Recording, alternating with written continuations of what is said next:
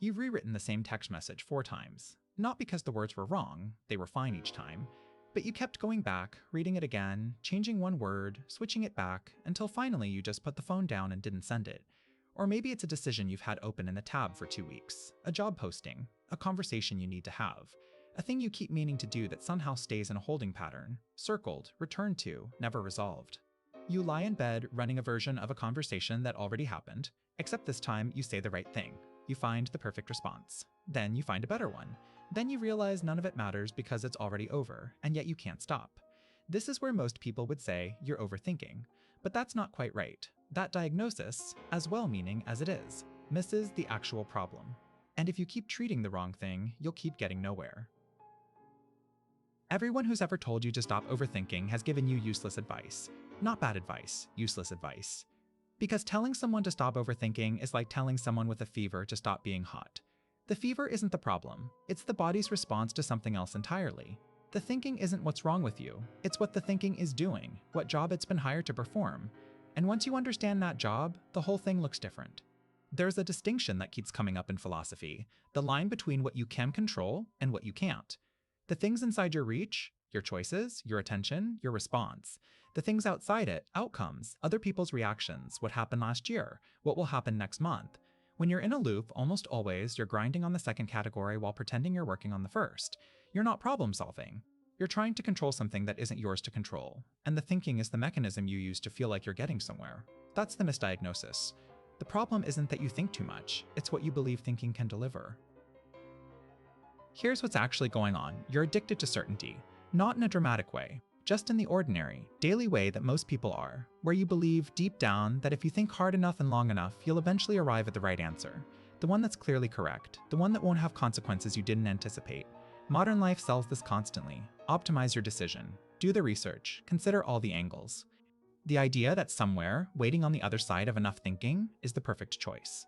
But most of the decisions that matter don't work that way. Should you take the job across the country? Should you end the relationship or try to fix it?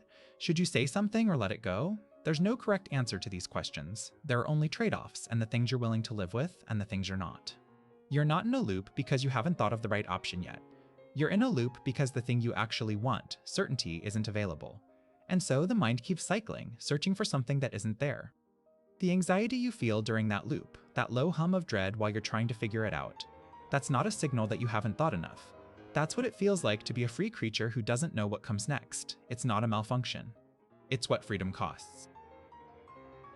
So, what do you actually do? Not meditation exactly, not journaling about your feelings, though neither of those things will hurt you. The thing that actually breaks the loop is something harder, making a decision before you're ready and being okay with that. Kierkegaard called it a leap, not a metaphor for bravery, a literal description of what choosing requires. There is always a gap between the last thing you know and the first step you take. You cannot think your way across that gap. At some point, you simply have to jump. Musashi, the swordsman who spent a life cutting away everything unnecessary, had a principle that sounds obvious until you sit with it: do nothing that is of no use. And most of the thinking we do past a certain point is of no use. It's not sharpening the decision.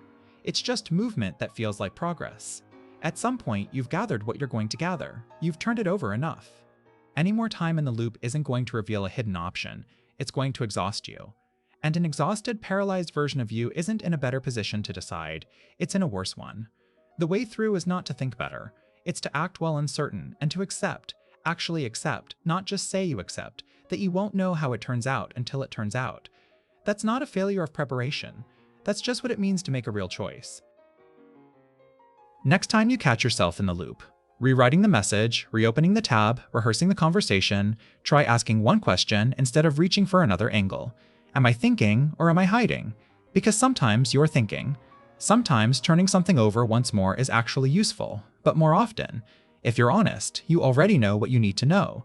You just don't want to move until you're certain, and certainty isn't coming.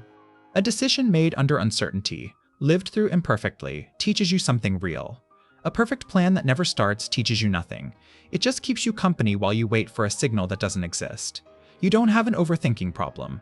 You have a hard time tolerating the not knowing that comes with being alive and making choices. That's more honest, and it's also more fixable, not by thinking less, but by being willing to act with what you have. That's enough. It's always been